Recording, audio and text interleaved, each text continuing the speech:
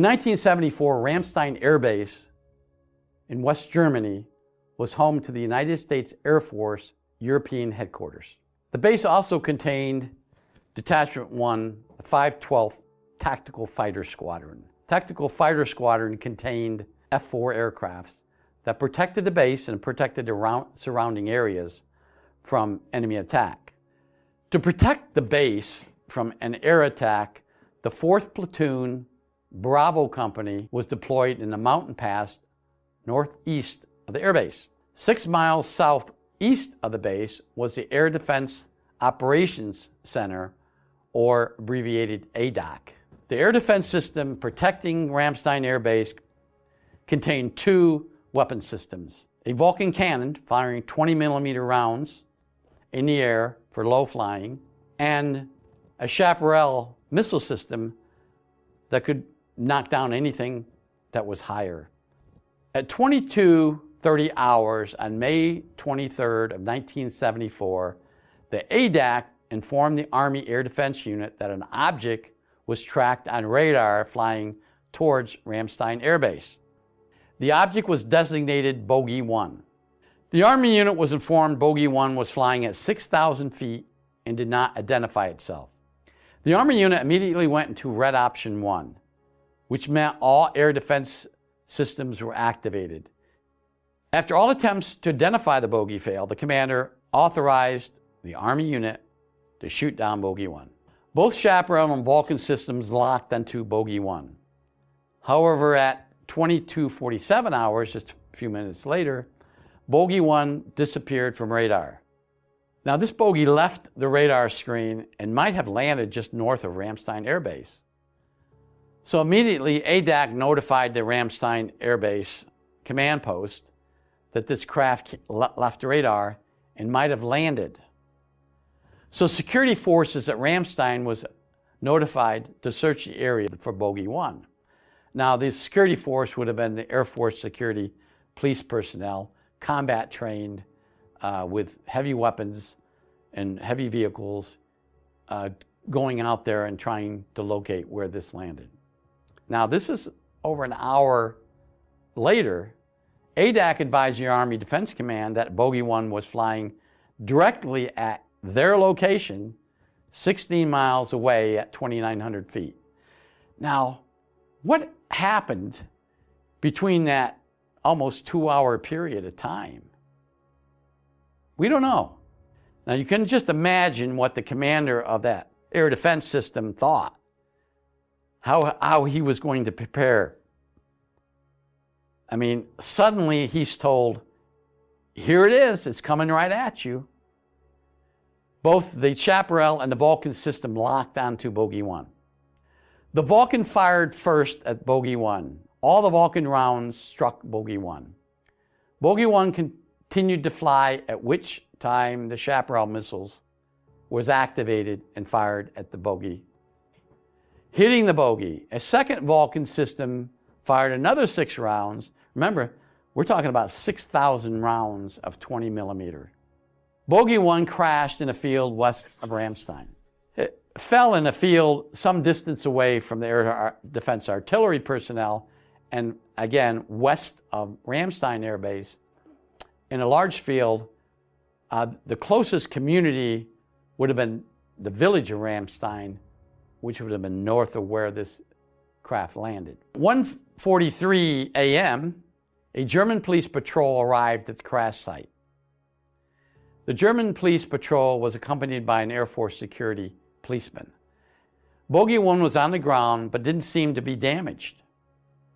The ground around Bogey 1 was on fire, the grass around it. German fire units arrived on scene. Now, this presented another problem. These German fire personnel, it wasn't American fire personnel, remember, German, this is outside Rammstein Air Base. They had no idea what this object was, nor were they ever briefed on what this object was. The object wasn't on fire. The ground around it was on fire. So somehow the crash of this UFO ignited the surrounding grassland. Ground assault units of the 32nd arrived on scene. The artillery, the Air Defense Artillery Unit, also had an attack force. The area around Bogey 1, the Army Assault Team commander described Bogey 1 as being elliptical in shape, 20 feet in diameter. There were no windows or doors. Bogey 1 did not contain any emblems or other markings. There was a bluish light emitted from the bottom of the craft. Now, if you were the commander, can you just imagine reporting this back to the command post? We got a flying saucer here. What do we do with it? And I'm not making that up. That's actually was recorded on tape of what the commander said. We have a flying saucer here. What are we supposed to do? How do we treat it? Now, this bluish light being emitted from under the aircraft scared a lot of people, not just that commander of that assault team, but also the fire personnel. They didn't know if this thing was harmful. Was it emitting radiation? Was there some sort of a ray gun being emitted? They were scared. Fearing the craft could be a nuclear weapon, and again, we don't know what this thing is. Did the Soviet Union just send in a nuclear bomb in a form of a flying saucer? Those thoughts were going through a lot of people's minds. From the ground commander on scene, to the ADAX commander, to the commander of the U.S. Air Force in Europe at the command post at Rammstein, to the commander of SHAPE. SHAPE is in Belgium. It's the controlling mechanism for all of the U.S. military forces and NATO forces in Europe. He's a 4-star general. He's being briefed on this. What do we do? How do we handle this? Well, once the ground commander notify him that could this be a nuclear weapon, the withdrawing distance was increased. The perimeter around it was increased. They immediately then notified the explosive ordnance disposal personnel, or the EOD personnel, the bomb team, so to speak. About 3 hours later, an explosive ordnance disposal team, specialists from Misau Army Depot, which was adjacent to Rammstein, arrived. They set up equipment around the UFO. They analyzing equipment to detect radiation, detect whether this could be a nuclear weapon. Assistance came from the Air Force EOD unit at Capone Barracks, which was a few miles away from Rammstein Air Base. Again, they didn't really know what to do with it. They didn't detect, the EOD personnel didn't detect any radiation being emitted from the craft. Now, this blue light was still appearing on the bottom of the craft, and they couldn't determine what that blue light was. Finally, the commander of U.S. Air Force Europe authorized the EOD and Army combat units to try to enter the craft. So an assault team made of U.S. Army infantry personnel, and I'm going to say this, and I'm try to explain that later, specially trained to handle these type of incidents. Now, who were these specially trained Army infantry units? Well, it took me a long time to figure that out. But we actually had Special Forces personnel back in those days, Army Special Forces. We didn't have Delta Force until the late 70s, but we had U.S. Army Green Berets. They were Special Forces. And we had U.S. Army Rangers. They were also Special Forces. But there was a Special Forces team at a base near Rammstein, Army base near Rammstein, that sent a special team to the area. At 7 o'clock in the morning, an assault team, along with EOD entering the aircraft or the spacecraft from the bottom hatch. Now, EOD personnel had to blow open something, use explosives, but ironically, it wasn't difficult to open this. And what they'd find, what do you think they found? They found 4 non-human bodies. Yes, bodies. These ETs were dead. They searched the interior of the craft, found that there were no other non-humans, and then they exited the craft. At 9 o'clock in the morning, personnel from the U.S. Army 650th Military Intelligence Group and the U.S. Air Force Detachment 7024th Office of Special Investigations agents, that's AFOSI, arrived at scene and took control. The non-human bodies were placed in body bags and removed from the scene. The craft was transported on a flatbed to Rammstein Air Base and stored in a hangar. On May 26th, a C-5 U.S. Air Force cargo aircraft flew the craft and the bodies to Nellis Air Force Base in Nevada. The story was featured in several UFO specials in the 1980s. Again, the location was never mentioned. It was just told that a craft was shot down, but again, the location was never mentioned. Now jump ahead to 2010 UFO convention in Laughlin, Nevada. Robert Dean, Command Sergeant Major of the United States Army, retired, gave a briefing on this incident with more details. But again, the locations were never mentioned. And so jump again to another UFO convention at 2018, which I spoke. In a private meeting involving several UFO insiders, so to speak, the location was told. And actually a FOIA document was received. But again, this FOIA document was heavily redacted and the exact location was blacked out. So we know this happened. Now I have to jump back to my time at Area 51. I was at Area 51 twice during the middle 80s. I was a counterintelligence officer there on temporary duty. I was replacing another Air Force agent who had been sick, so I came in to replace him, doing his duties. I read a document then, which was highly classified, which pertained to this incident.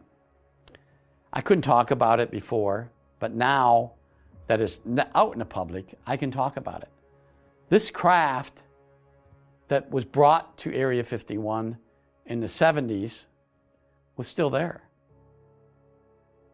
But now, in 84, when I was there, 1984, they were able to actually fly this craft.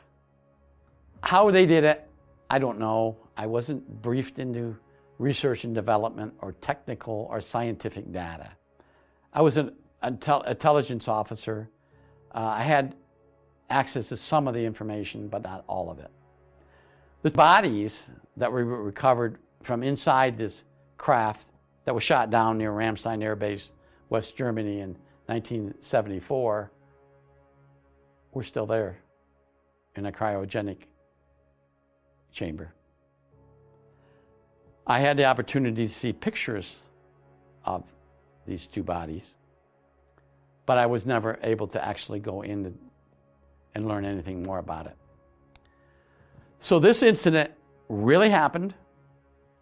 You can do some Googling. There is a full statement on the record, so to speak, on the internet by the lieutenant who was the commander, speaking about this incident, describing it in his own words, which is certainly more detailed than my 30-minute presentation could give you. But I suggest you go out and read it. Today's presentation is about an incident that happened at McChord Air Force Base, which is located near Tacoma, Washington. This incident happened in 1972. One of my supervisors, who I worked with at Area 51, was the investigating OSI agent for this case. I'm going to talk about a tactical air navigation system, or TACAN. All U.S. Air Force bases maintain a TACAN. On October 14, 1972, two Air Force TACAN technicians drove to the TACAN facility for routine maintenance. The facility was a dirt road, well maintained by the U.S. Air Force road crews. Upon arrival at the TACAN facility, both technicians opened a gate leading into the TACAN. While inside, both technicians heard a strange sound coming from the outside. One of the technicians went outside to determine the noise that they were hearing. He saw a large flying saucer. When I talk about these incidents, I'm using their words, the witnesses' words, not something that is official. The technician reports and later described this incident and described what he saw as a large flying saucer hovering just above the TACAN building. The technician yelled for his partner to come out and look up. The second technician exited the TACAN building, went outside, looked up, and saw the same thing, which he described as a very large flying saucer. Both technicians observed the saucer-shaped craft land directly in front of the building. Now, directly in front of the building is a clearing. Although this is in a forested area, there's a large clearing inside the fenced area which would have been to the east, or excuse me, to the west of the TACAN building. One of the technicians went back into the building and called the base police. There was a phone located in the building. He called the base police to report this incident. Now, you have to stop and think about this. He picks up a phone. He dials a certain number. They didn't have 911s back then. On the base, it was 555. 555 got you emergency dispatch.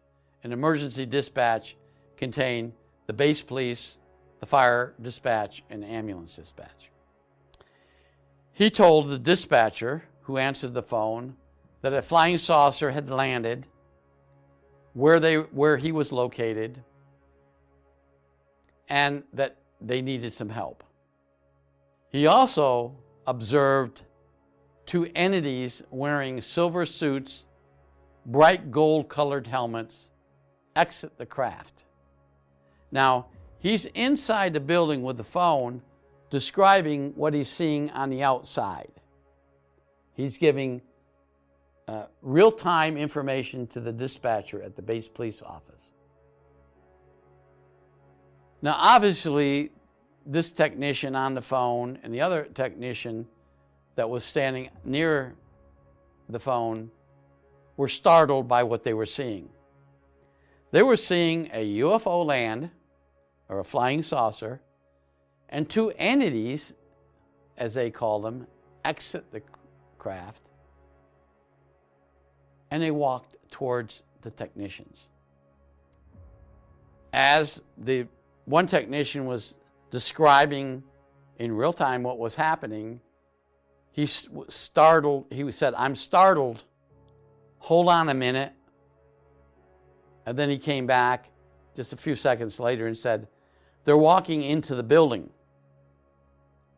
Now, these two technicians are close together at the entrance to this building, and there's a regular door leading from the outside into the TACAN building. These two entities walked past the two technicians into the building.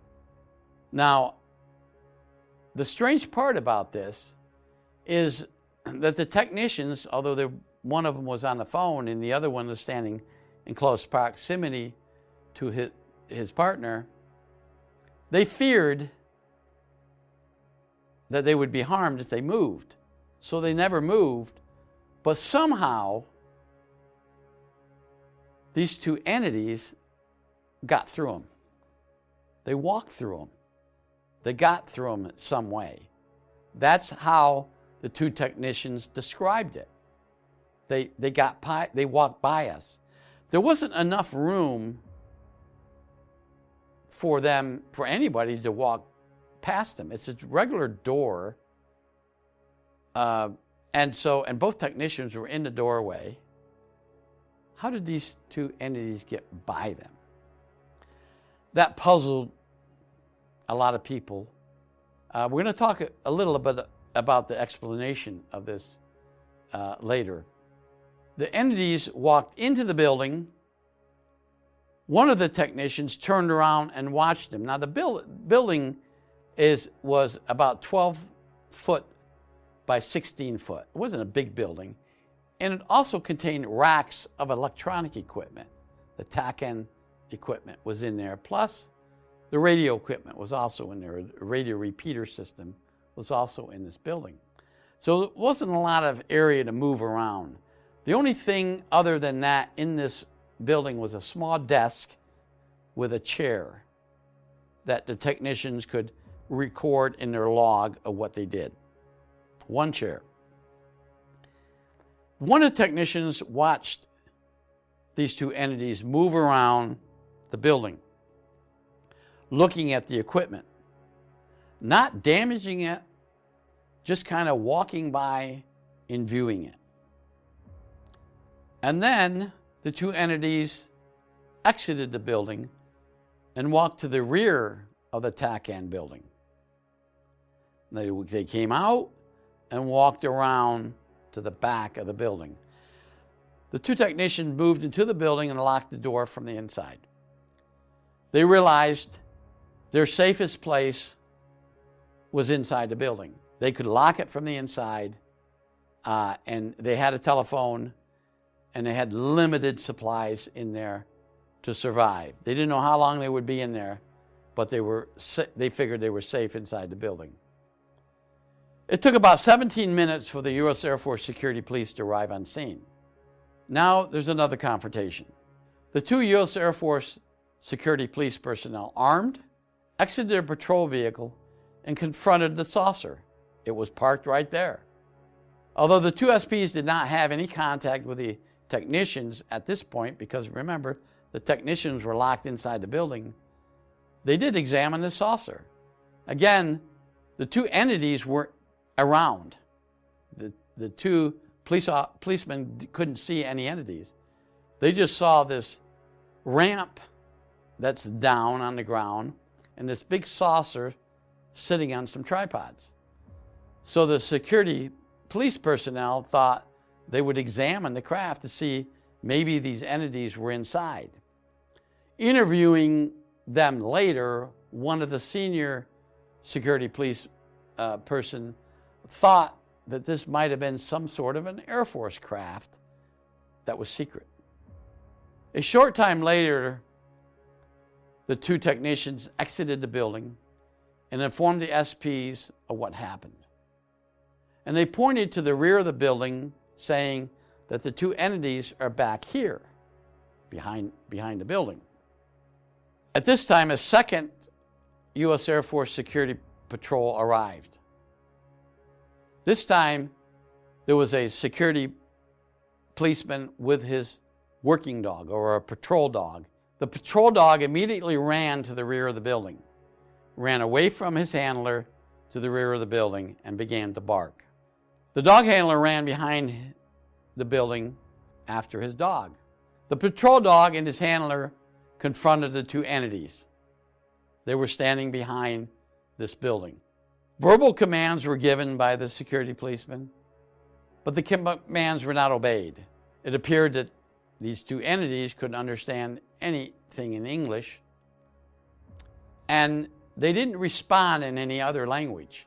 They were in front of the security policeman, the dog handler with his dog, but they didn't understand what the security policeman's commands were.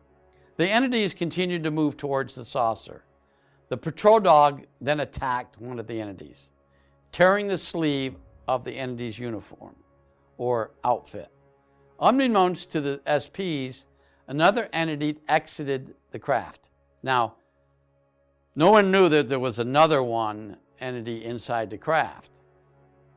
The two SPs that initially responded to the scene did walk up the ramp and look in, but thought maybe this was some kind of experimental Air Force craft and decided not to go any farther.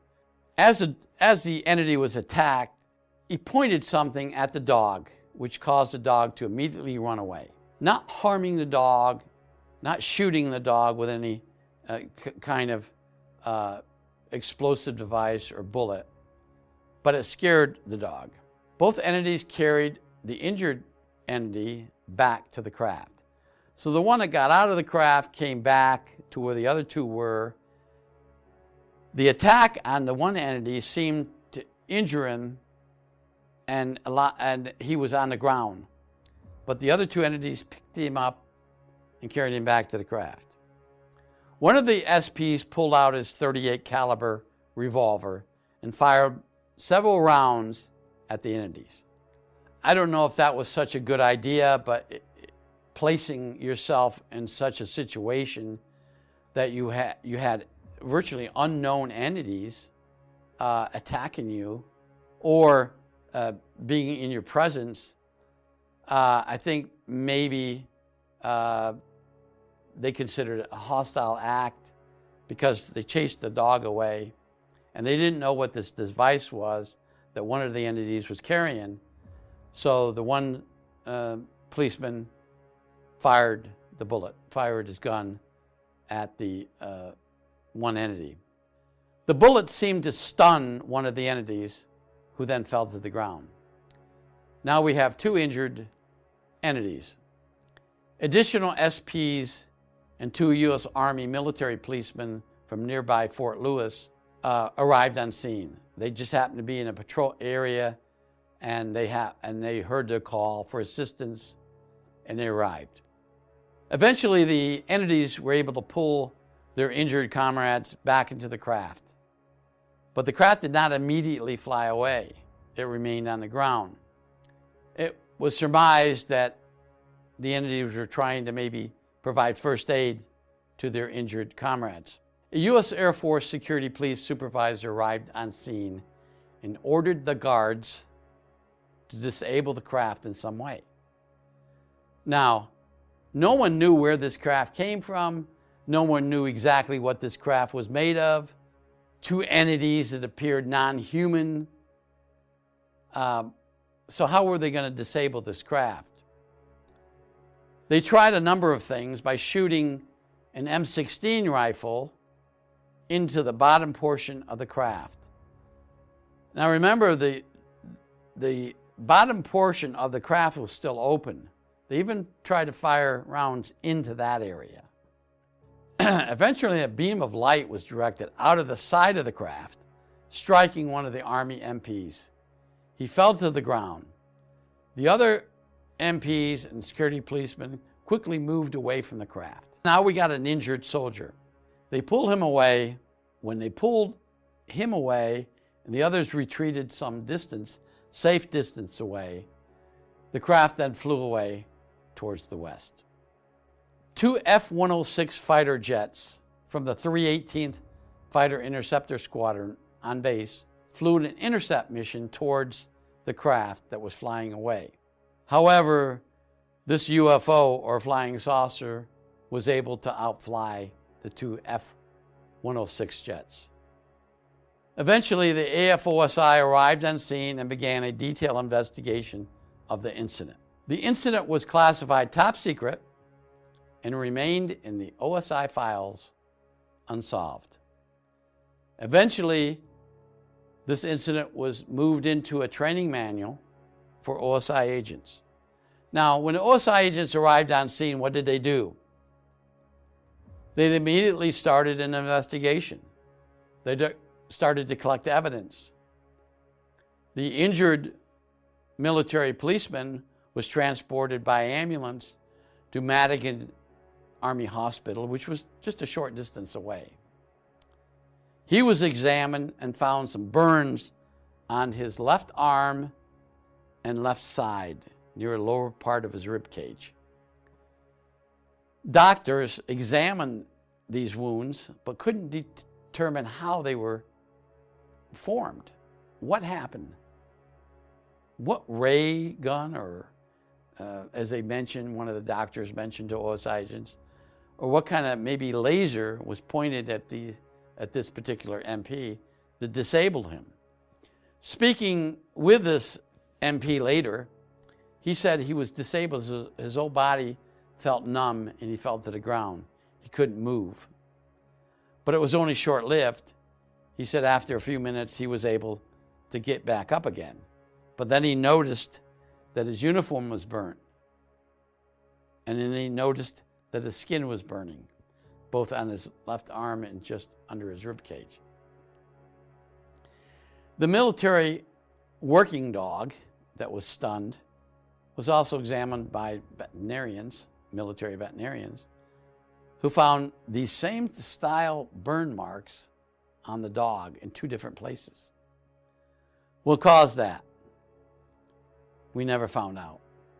What happened to this craft after it left? It flew west, flew up towards Olympia National Forest in northwestern Washington. The F-106s pursued it. Now, these 106s had Falcon rockets that they could fire to disable this flying saucer. But the flying saucer outflew the F-106s. At the time, in 1972, these F-106s were advanced fighter jets. We didn't have F-16s or F-15s back in those days. These were probably one of the most advanced fighter jets, fighter interceptor jets, that the Air Force had in the inventory. They were on alert 24 hours a day, 365 days a year at McChord. And 2 of them always carried nuclear weapons called genies. So these jets were fast, but they could never catch up to this flying saucer. Some reports say that the flying saucer landed in the ocean off Vancouver Island. This was reported to us. This was contained in the OSI reports. And some reports claimed it gained altitude and flew out into the atmosphere. What was this flying saucer? Where did it come from? And why was it interested in the TACAN facility, the Tactical Air Navigation System, or the radio repeater system for the base? Was it something they had never seen before, or maybe they encountered the TACAN signals and wanted to know where they were originating from? Some of the scientists surmised that happened, that this signal that the TACAN was sending out, they were homing in on, and they wanted to know where this came from. Why they landed when they did in plain sight of Air Force personnel, we just couldn't figure that out. But it was a strange incident. It happened. Fortunately, nobody was killed, but it's maintained in the annals of UFO history, maintained by the Air Force Office of Special Investigation.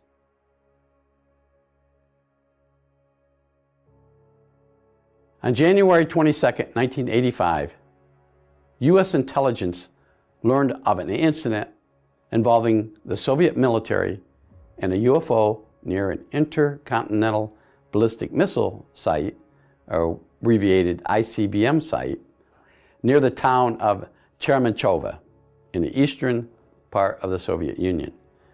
U.S. intelligence had a deep cover asset or agent working for the Soviet military in the area. Now, an asset is somebody that we send in to do the work for us, or we call them within the intelligence community the agents. The agent isn't the case officer that sends them in. The agent is somebody, probably normally a citizen of that particular country who was doing the work undercover. According to this agent, a UFO landed near an ICBM site, number 62, in the early morning hours of January 12th, 1985. Now, notice those two dates. January 22nd is when we learned about it, but the incident happened January 12th, a 10-day span. Well, it takes some time for agents operating deep inside a country to report back to their case officer. And this is a case of that. This agent reported a confrontation occurring between Soviet military units and the UFO occupants. The Soviet soldiers shot one of the occupants of the UFO after the occupant approached the soldier. After the shooting, several other occupants of the craft retrieved the injured occupant and returned to the craft. A beam of light directed against a Soviet military jeep destroyed the jeep, completely vaporizing the vehicle. The Soviet commander in the area ordered his troops to destroy the UFO. Several rounds from a 12.7 millimeter gun was directed at the craft. Now here we have a war or a battle occurring on Earth inside a communist country between a military force, earthbound military force, and an alien force.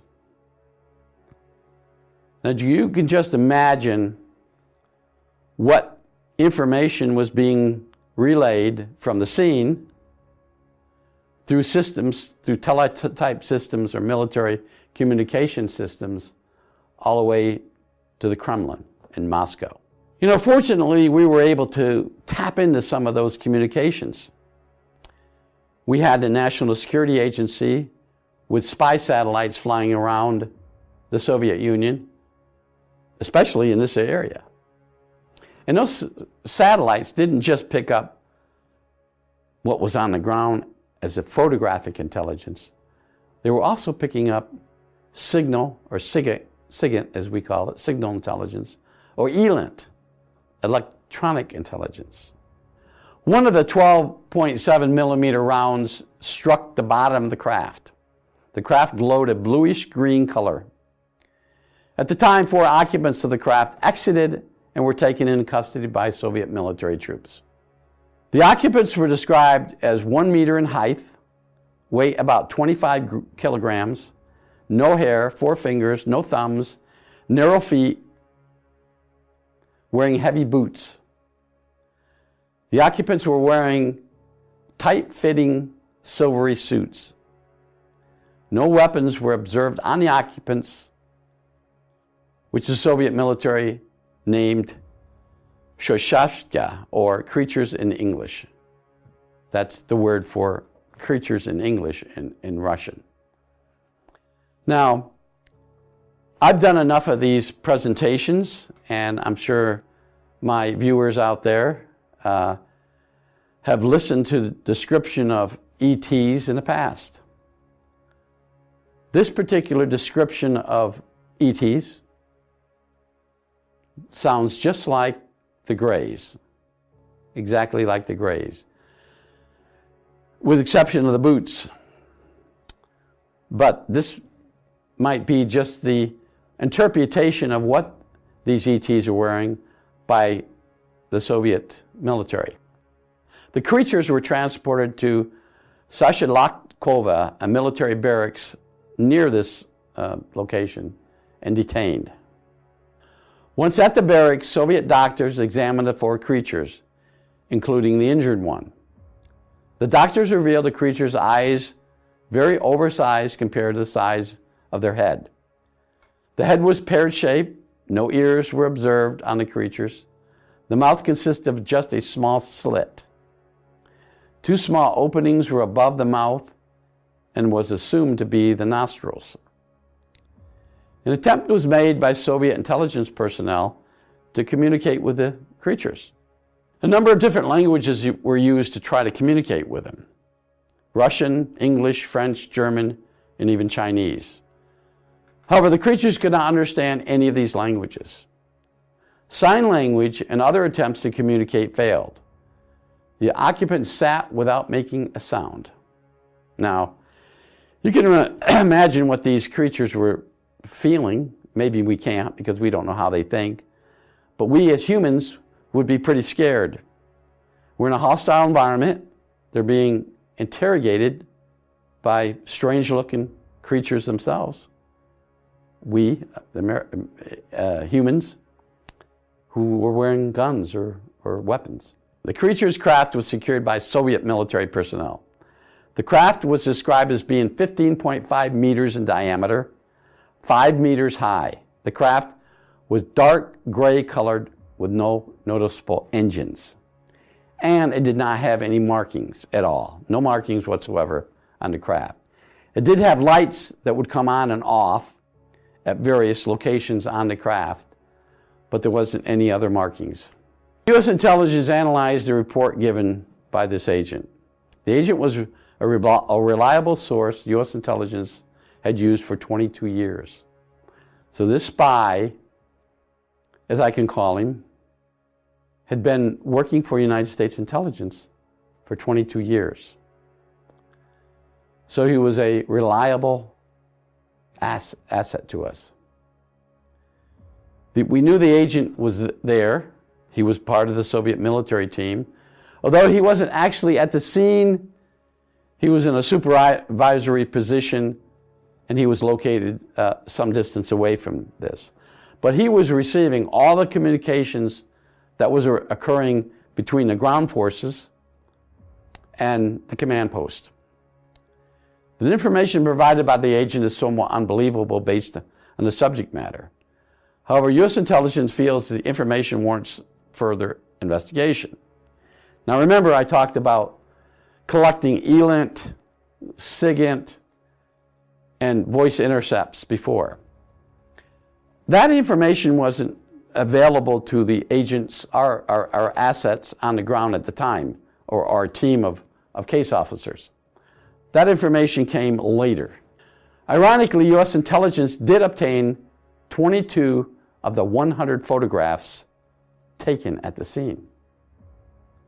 Now, we also were able to direct additional assets into this operation. Not necessarily assets to the scene, but assets within the Soviet Union who could verify some of the information through other sources. In 2006, Mikhail Mumbovich came forward to relay additional information on the incident. He was a KGB agent that investigated this incident at the scene. Now, years later, we have a KGB agent coming forth and saying, I was there, let me tell you about what happened. So Mikhail told us what happened. According to Mikhail, he was on duty in the area of this event. And this is his story. On the early morning hours of 11 January 1985, a UFO landed at Cherman-Chova, a small village west of Cherman-Chova. The Soviet police from Kayuta was dispatched to the scene. The UFO was on the ground for 1 hour. The UFO took off after the police arrived. The UFO flew southwest to the missile site where the confrontation occurred. Now we see that a day before the original incident happened at Cherman-Chova, this particular, we think, and they think, the KGB thinks it was the same craft, landed some distance away from Cherman-Chova in a small village, Soviet village. The two creatures, including the injured one, were taken to a military barracks at Kursk, not Sashalakova. So now there's some different information that we're receiving from the former KGB agent, differing of what information was given to our asset, or information that our asset gave to us. That's common. There's so much occurring in a particular area at that time. If you have two assets working independently of each other, they may give you different information. The creatures did communicate with one of the young Soviet soldiers through hand signals. The creatures escaped from the barracks where they were being detained, even though they were being guarded by the elite KGB border troops. Now, within the Soviet Union back in those days, the KGB controlled the border, and they had elite troops. I guess would be similar to our Rangers or our Delta Force Commandos, or even similar to the GSG-9 in West Germany Border Patrol. The creatures escaped. Now remember this, they were guarded, they were in a secure facility, and somehow they disappeared.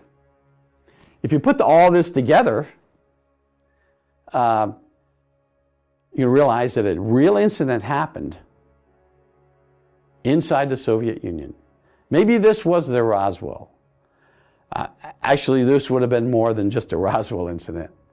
This is an actual battle that occurred on the ground inside the Soviet Union between the Soviet military and extraterrestrials. What happened to these extraterrestrials? How did they escape?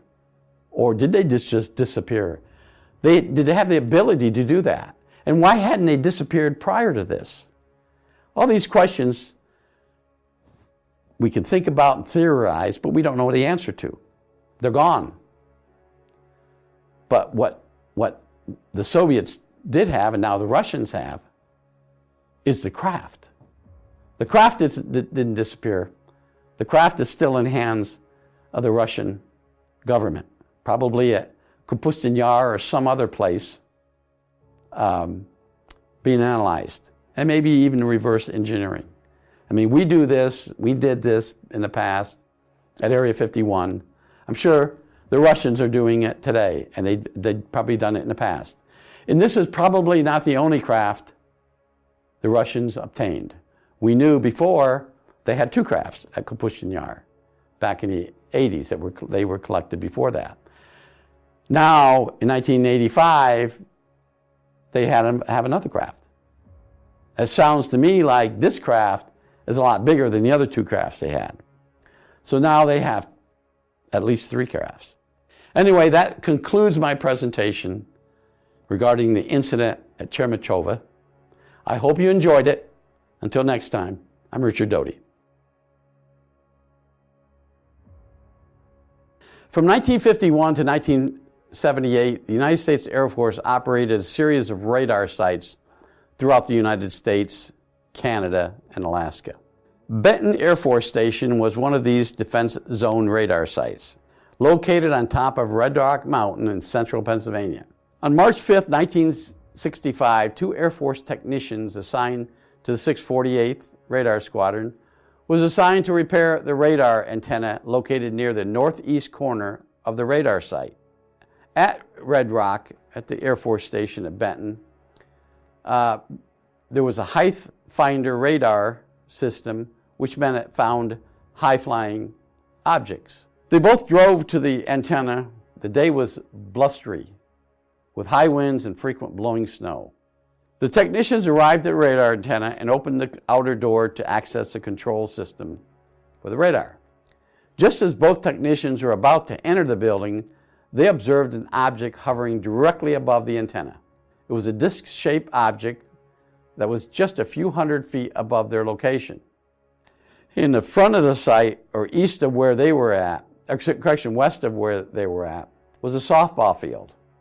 And just adjacent to the softball field was a helicopter port. The sergeant walked inside the radar building and telephoned radar command post. Sergeant reported the incident, but the command post was unaware of any object on radar. Now remember, this is a radar site. So any objects flying near this site would be detected on the site's radar system. But the operator at the command post told these two technicians, "We don't have anything on the radar screen." They became concerned about that. When the sergeant exited the building, he couldn't find the airman. Couldn't find his partner. Looked around, couldn't find him. The sergeant observed a disc-shaped object on the ground, just adjacent to the radar building. As the sergeant looked around for the airman, he noticed that the airman was standing next to the craft that was on the ground. The sergeant yelled for the airman to get away from the craft, and the airman returned to hit the sergeant's location. Both technicians were amazed at what they were seeing. This huge disc-shaped object had landed inside a U.S. Air Force radar site in Pennsylvania. There were lights around the middle portion of this flying saucer, as they later called it. Both technicians walked to their maintenance vehicle so they could drive away. They decided discretion is a better part of valor, so to speak. They didn't want to confront it. They didn't know what it was, and they decided to just get away from it. But as they were approaching the vehicle, they were frozen. Neither man could move. Then the two men saw two strange creatures exit the craft. The two creatures were wearing thick, silvery suits, similar to flight suits. The creatures wore helmets with strange tubes on each side. Both men then felt extremely dizzy. The command post sent an air policeman. Back in those days, military policemen within the Air Force was called air policemen, not military policemen. When the air policeman arrived, he couldn't find either technician. Another air policeman arrived and completed a search of the area. They found the truck, they found their tools, but they couldn't find either the sergeant or the airman. They immediately notified the command post. The command post then notified the Pennsylvania State Police of the missing technicians.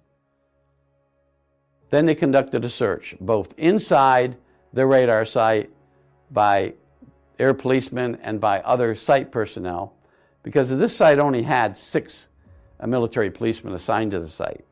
The search lasted 16 hours. Sometime later, a state trooper patrolling State Route 487 found the two technicians walking south along the road, 5 miles from the main gate of the radar site. The two radar technicians were taken back to the radar site.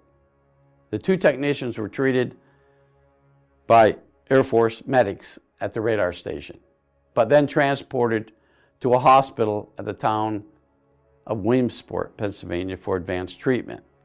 When they got to the hospital in Williamsport, the doctors detected some strange material on their uniforms. They were still wearing their Air Force uniforms for their fatigue jacket, their pants, shirt, and boots. They couldn't detect what that was, but they were afraid that it might be radiation. So they took their outer clothing off, took all their clothing off, placed it in boxes for the Air Force personnel to analyze later. The command post at Benton immediately notified higher authorities.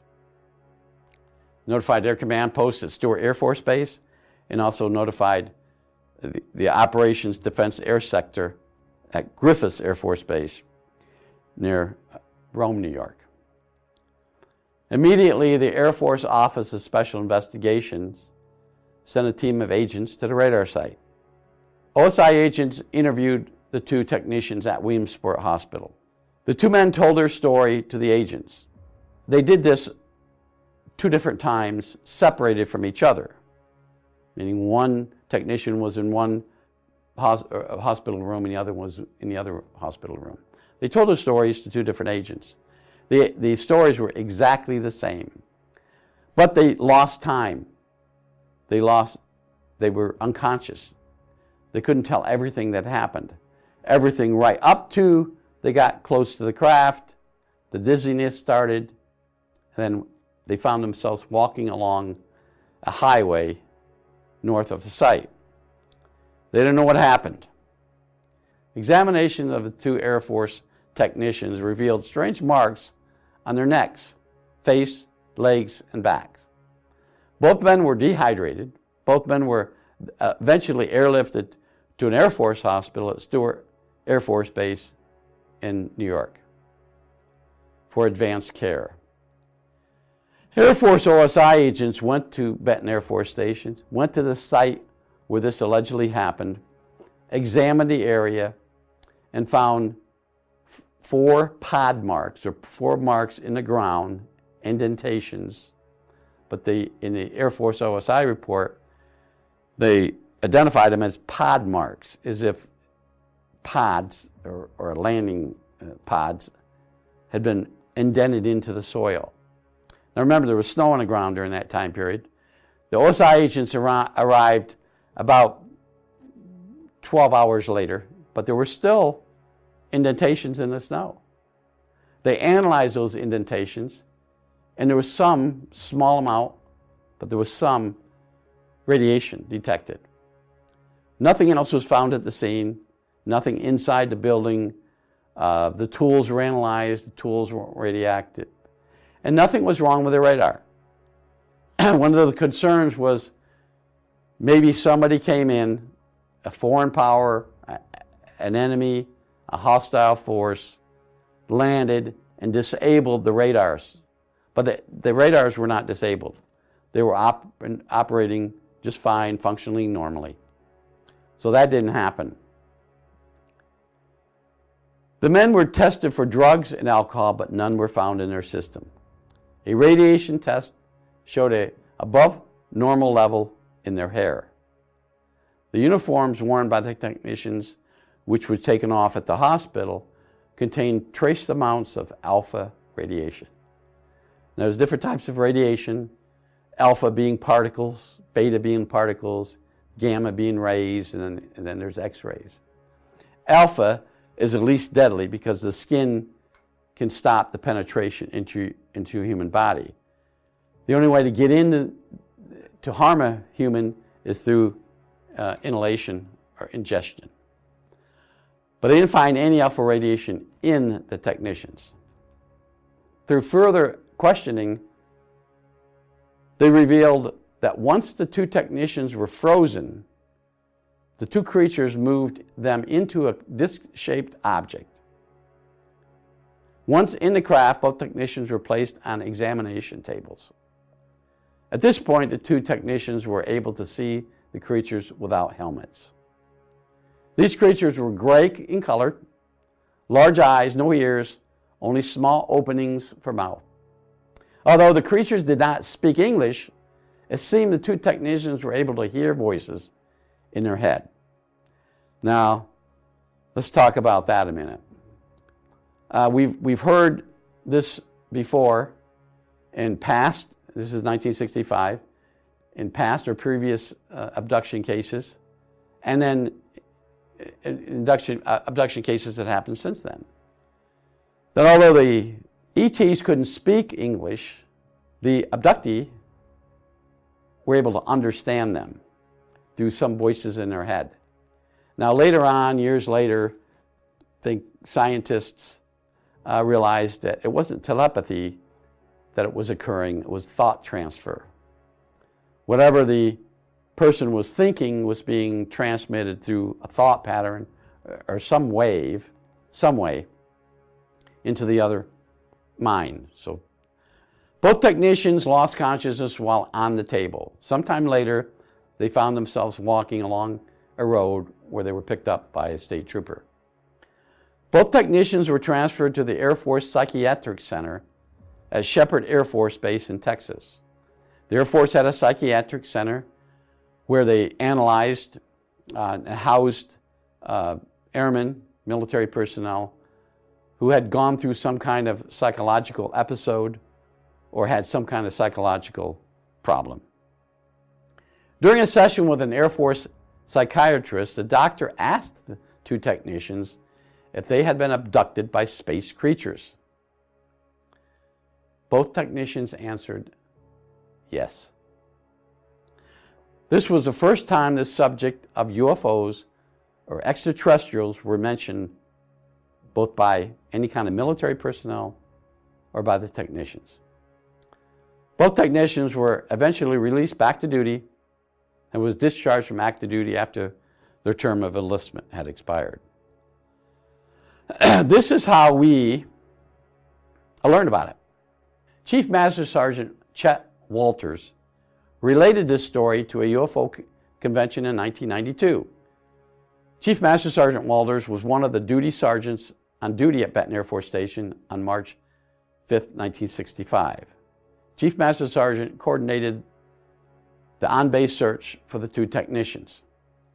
So now we have somebody who actually was there, although he didn't witness the abduction. He was involved in the search for these two airmen who went missing inside the United States Air Force radar site in Pennsylvania. I had the opportunity to look at the OSI report. I read the entire report. Again, it had some redactions. The redactions, we could piece together what was mentioned in the redactions. Most of the redactions pertain to the mission of the site, some classified information regarding how the radar worked, how the height finder worked, what range the height finder had, what range the long-range radar had. But it didn't have anything to do with ETs, just classified information regarding the site. The Air Force OSI report also contained details, specific details on forensic examination of the soil.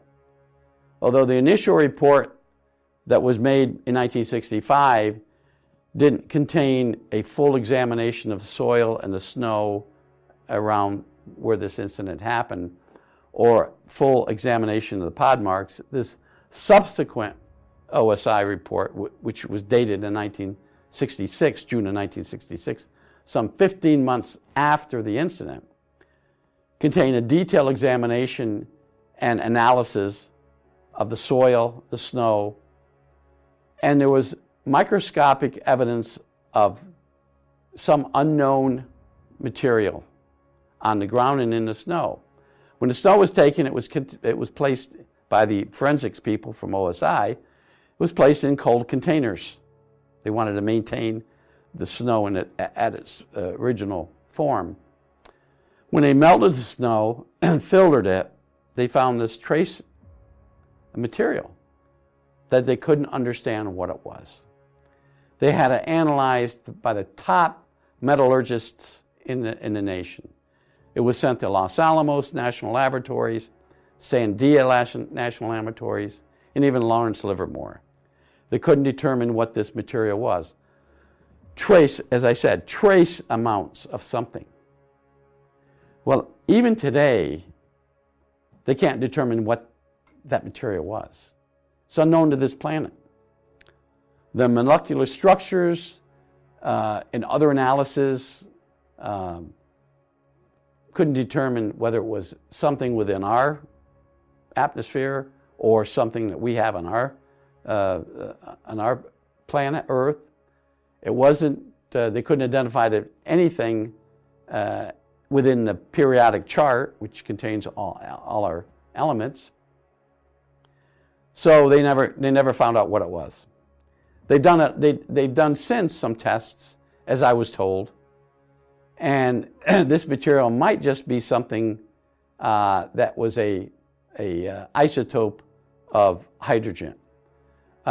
We know of 3 hydrogen isotopes: hydrogen, deuterium, and tritium. Tritium is radioactive. There's also could be a 5th. The 4th one is short active. They could develop it, but it goes away real quick. Pentagon, as we know now today, they found this isotope within hydrogen. It's probably what was found there at Benton, but they still haven't fully identified it. These 2 technicians are alive today. We eventually, at one UFO convention, invited both of them. One of them came, the other one didn't because of a sickness. But he refused to talk about what he went through. It was traumatic to him. He was afraid to discuss the issue. That particular airman, he was the airman, got out of the Air Force and then went back into the Air Force and made a career out of the Air Force, retiring as a senior sergeant within the Air Force. But he did tell us privately this story, and it was very shocking to him. That concludes my presentation on the incident at Red Rock. In 1959, a UFO landed at a remote, distant early warning radar site in northern Yukon Territory, Canada. The site was manned by U.S. Air Force and Canadian Forces technicians. The site was called Bar 2 and located at Shingle Point on the Arctic Ocean near McKenzie Bay. Now this is way up in Canada. During the early morning hours, a radar technician observed an object flying from the northwest. The technician tracked the object on radar. The object was traveling faster than a normal aircraft. Remember, this is 1959. Thinking the object might be an asteroid, the technician switched on a different radar screen, which confirmed the object was a controlled aircraft changing directions. The technician notified a supervisor, a U.S. Air Force captain. The captain contacted other radar sites along the dew line. Other radar sites confirmed the object was an aircraft. The captain notified the North American Air Defense Command at Ent Air Force Base, which was the newly formed command.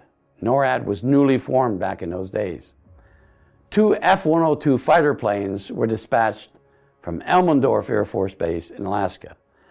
You got to understand that this is a remote location. There wasn't any other Air Force bases around there. So several hundred miles away in Alaska was the closest air defense base available to launch aircrafts. The object being tracked eventually landed just north of the radar site. Although the site was manned by military police, there were no fully armed troops within 500 miles of the radar site. The commander of the site, a U.S. Air Force major, was initially told that the object could be a Soviet transport plane. Now, this is 1959. The Cold War had already started. We knew the Soviet Union was the enemy. Now we see something coming in on a radar screen that was changing directions and landed. And now this commander of the site is told this could be a Soviet transport plane. What would a Soviet transport plane be doing landing in a remote area up near McKenzie Bay in Yukon Territory? An invasion. There's certainly a lot of scenarios that he thought about. The commander of the site sounded an alert and issued weapons to all 49 site personnel. The military police assigned to the site left and drove to investigate the object. The military policemen were armed with M2 carbines and .38 caliber revolvers. Upon arrival at the object's landing location, the MPs observed a saucer-shaped craft on the ground, and 2 humanoid creatures were outside the craft. They quickly notified through radio the command post, telling them that, hey, we don't have a Soviet transport plane here. That's the good news. The bad news, so to speak, is we got a flying saucer on the ground with 2 humanoid-looking creatures on the outside of it. Now, I'm joking somewhat, but that's basically what they had. The creatures were described as 4 foot tall, thin-built, wearing tight-fitting jumpsuits, silver in color. Both creatures wore dark or gray helmets. The creatures didn't seem interested in the MPs. One of the creatures was carrying a long cylinder device. Fearing the device might be a weapon, the MPs retreated to their vehicle and notified the site by two-way radio. However, the radio didn't work. Shortly afterwards, 2 F-102 fighter jets arrived in the area. These 2 jets were launched from Elmendorf Air Force Base to intercept this craft in the air, but of course now it's on the ground. The 2 creatures got back inside the saucer-shaped craft and it flew away. Since the 102s were launched from Elmendorf Air Force Base, hundreds of miles away, they had limited fuel, limited flight range. And since the 102s couldn't catch up to the UFO. They had to break away and return to base for refueling. Aircrafts from Canadian Forces Base Comax on Vancouver Island were launched to intercept the object. The radar site at Punsel, British Columbia, started tracking the UFO, but the object was eventually lost on radar. The newly formed NORAD investigated this incident in June of 1959. Writing a report and submitting it to Headquarters Air Force, the radar tapes and photographic evidence was submitted. Project Blue Book investigators flew to Bar 2 and conducted an investigation. This case was on one of the 55 in Project Blue Book files that was classified as top secret. So we had Blue Book back in those days. It originated in 52. Before that was Project Sign and Grudge. So we had UFO investigators, Blue Book investigators, that wanted to investigate this site and this incident to determine what actually happened. And so all the information pertaining to this particular site incident at Bar 2 was classified top secret. The official report released stated the object was a Soviet transport plane that got lost in bad weather. The only problem was that there was only one airport in the area, and that airport, Barter Island Airport, 10 miles away, was closed during this time. The U.S. Air Force had not released a full report, only a heavily redacted document. So what actually happened at Bar 2? The Air Force gave out a story that, the site was, didn't really identify what happened. The military policeman misidentified the flying saucer as a Soviet transport plane. Back in those days, the Soviets didn't have many advanced cargo planes that could fly great distances. And some smart people figured out, in order for that Soviet transport plane to fly from the closest base inside the Soviet Union over the Arctic Circle and land at the base or near the site, they would have to have flown 2,700 miles without refueling.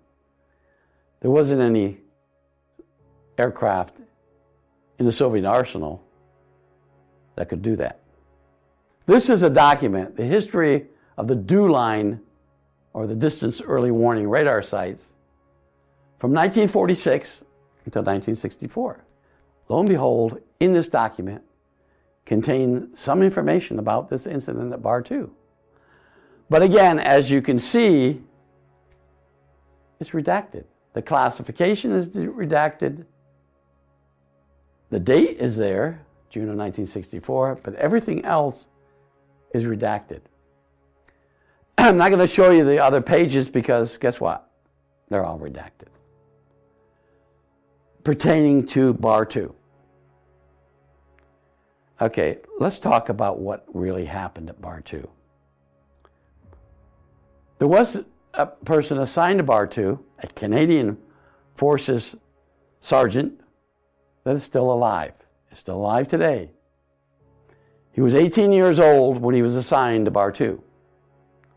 And he's in his 90s now. But he talks about what happened at Bar 2. And we're going to relate to you what he told us.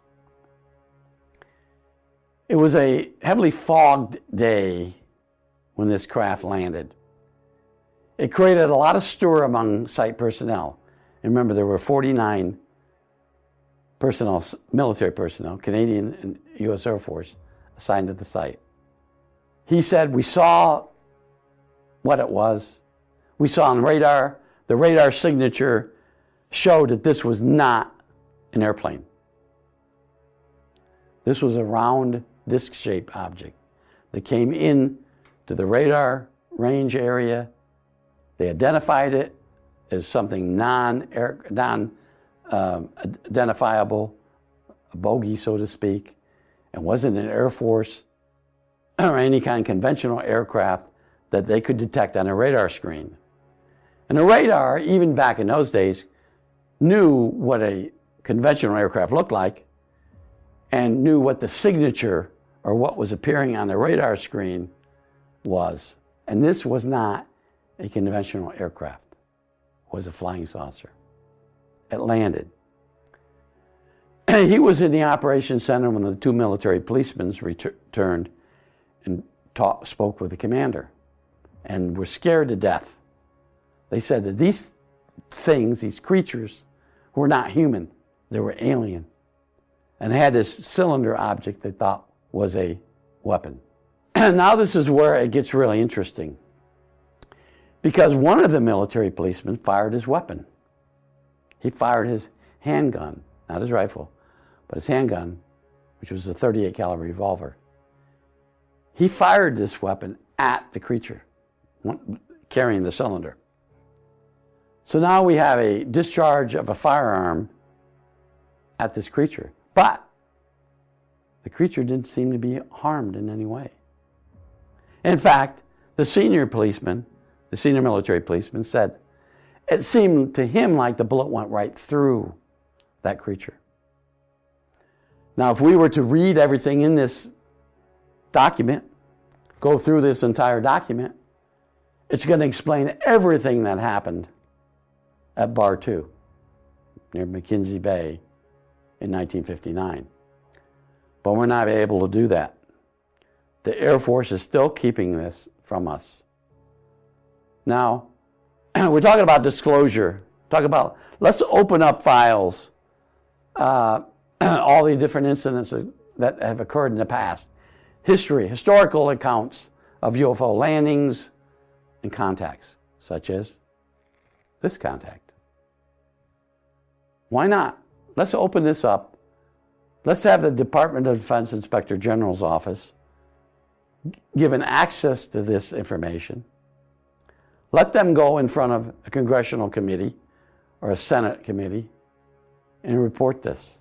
Let's talk about these things.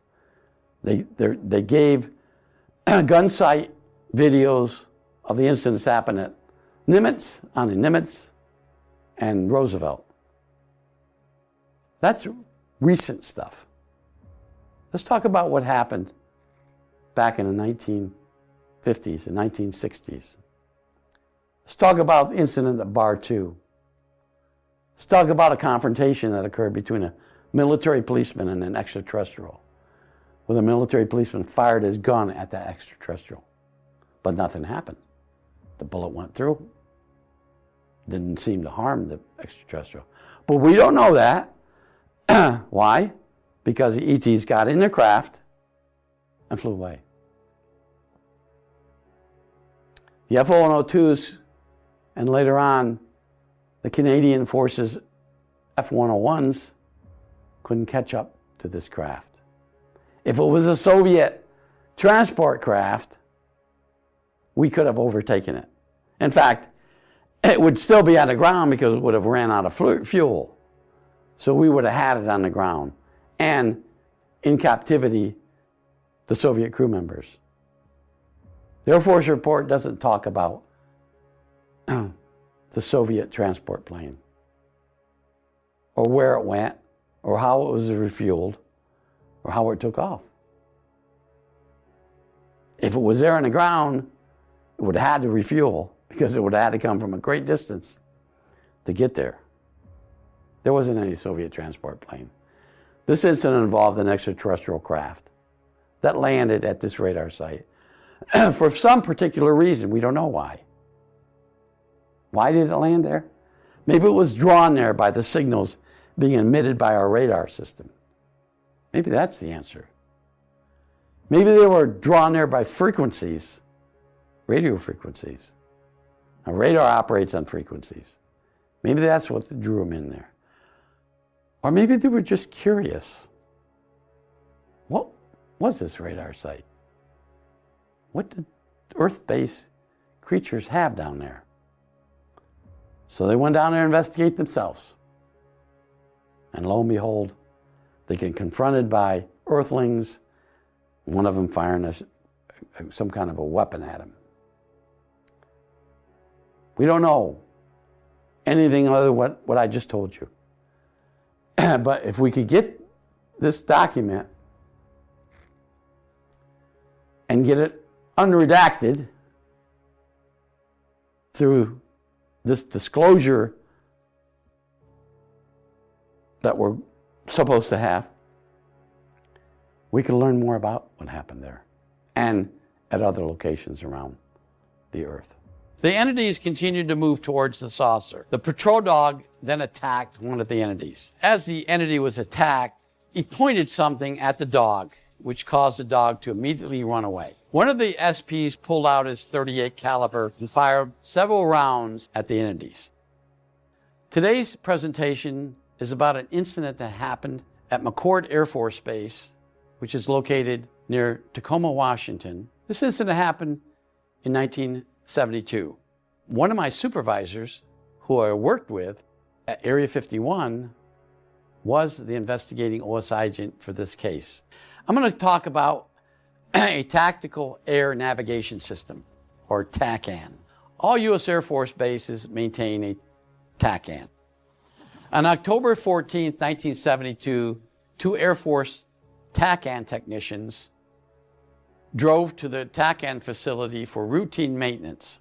The facility was a dirt road, well maintained by the U.S. Air Force road crews. Upon arrival at the TACAN facility, both technicians opened a gate leading into the TACAN. While inside, both technicians heard a strange sound coming from the outside. One of the technicians went outside to determine the noise that they were hearing. He saw a large flying saucer. When I talk about these incidents, I'm using their words, the witnesses' words, not something that is official.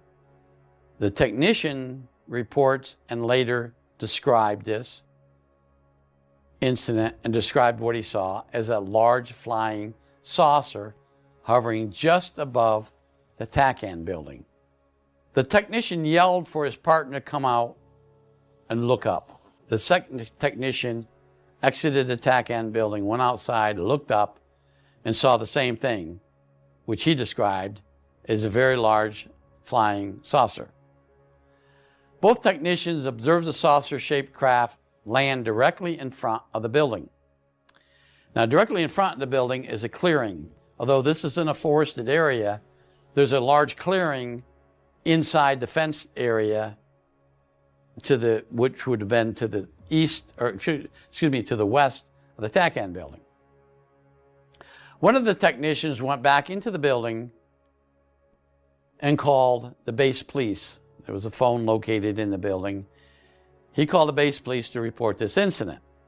Now, you have to stop and think about this. He picks up a phone. He dials a certain number. They didn't have 911s back then. On the base, it was 555. 555 got you emergency dispatch. An emergency dispatch contained the base police, the fire dispatch, and ambulance dispatch. He told the dispatcher who answered the phone that a flying saucer had landed where he was located and that they needed some help. He also observed two entities wearing silver suits, bright gold-colored helmets, exit the craft. Now, he's inside the building with the phone describing what he's seeing on the outside. He's giving real-time information to the dispatcher at the base police office. Now, obviously, this technician on the phone and the other technician that was standing near the phone were startled by what they were seeing. They were seeing a UFO land, or a flying saucer, and two entities, as they call them, exit the craft, and they walked towards the technicians. As the one technician was describing in real time what was happening, he startled. He said, "I'm startled. Hold on a minute." And then he came back just a few seconds later and said, they're walking into the building. Now, these two technicians are close together at the entrance to this building, and there's a regular door leading from the outside into the TACAN building. These two entities walked past the two technicians into the building. Now, the strange part about this is that the technicians, although one of them was on the phone and the other one was standing in close proximity to his partner, they feared that they would be harmed if they moved. So they never moved, but somehow these two entities got through them. They walked through them. They got through them in some way. That's how the two technicians described it. They walked by us. There wasn't enough room for anybody to walk past them. It's a regular door. And both technicians were in the doorway. How did these two entities get by them? That puzzled a lot of people. We're going to talk a little bit about the explanation of this later. The entities walked into the building. One of the technicians turned around and watched him. Now, the building was about 12 foot by 16 foot. It wasn't a big building. And it also contained racks of electronic equipment. The TACAN equipment was in there, plus the radio equipment was also in there. The radio repeater system was also in this building. So there wasn't a lot of area to move around. The only thing other than that in this building was a small desk with a chair that the technicians could record in their log of what they did. One chair. One of the technicians watched these two entities move around the building, looking at the equipment, not damaging it, just kind of walking by and viewing it. And then the two entities exited the building and walked to the rear of the TACAN building. They came out and walked around to the back of the building. The two technicians moved into the building and locked the door from the inside. They realized their safest place was inside the building. They could lock it from the inside, and they had a telephone, and they had limited supplies in there to survive. They didn't know how long they would be in there, but they figured they were safe inside the building. It took about 17 minutes for the U.S. Air Force security police to arrive on scene. Now there's another confrontation. The two U.S. Air Force security police personnel, armed, exited their patrol vehicle and confronted the saucer. It was parked right there. Although the two SPs did not have any contact with the technicians at this point, because remember, the technicians were locked inside the building, they did examine the saucer. Again, the two entities were around. The two policemen couldn't see any entities. They just saw this ramp that's down on the ground and this big saucer sitting on some tripods. So the security police personnel thought they would examine the craft to see maybe these entities were inside. Interviewing them later, one of the senior security police person thought that this might have been some sort of an Air Force craft that was secret. A short time later, the two technicians exited the building and informed the SPs of what happened. And they pointed to the rear of the building, saying that the two entities are back here, behind the building. At this time, a second U.S. Air Force security patrol arrived. This time, there was a security policeman with his working dog, or a patrol dog. The patrol dog immediately ran to the rear of the building, ran away from his handler to the rear of the building, and began to bark. The dog handler ran behind the building after his dog. The patrol dog and his handler confronted the two entities. They were standing behind this building. Verbal commands were given by the security policeman, but the commands were not obeyed. It appeared that these two entities couldn't understand anything in English, and they didn't respond in any other language. They were in front of the security policeman, the dog handler with his dog, but they didn't understand what the security policeman's commands were. The entities continued to move towards the saucer. The patrol dog then attacked one of the entities, tearing the sleeve of the entity's uniform or outfit. Unbeknownst to the SPs, another entity exited the craft. Now, no one knew that there was another entity inside the craft. The two SPs that initially responded to the scene did walk up the ramp and look in, but thought maybe this was some kind of experimental Air Force craft and decided not to go any farther. As the entity was attacked, he pointed something at the dog, which caused the dog to immediately run away. Not harming the dog, not shooting the dog with any kind of explosive device or bullet, but it scared the dog. Both entities carried the injured entity back to the craft. So the one that got out of the craft came back to where the other two were. The attack on the one entity seemed to injure him, and he was on the ground. But the other two entities picked him up and carried him back to the craft. One of the SPs pulled out his .38 caliber revolver and fired several rounds at the entities. I don't know if that was such a good idea, but placing yourself in such a situation that you had virtually unknown entities attacking you or being in your presence, I think maybe they considered it a hostile act because they chased the dog away and they didn't know what this device was that one of the entities was carrying. So the one policeman fired his gun at the one entity. The bullet seemed to stun one of the entities, who then fell to the ground. Now we have two injured entities. Additional SPs and two U.S. Army military policemen from nearby Fort Lewis arrived on scene. They just happened to be in a patrol area, and they heard the call for assistance, and they arrived.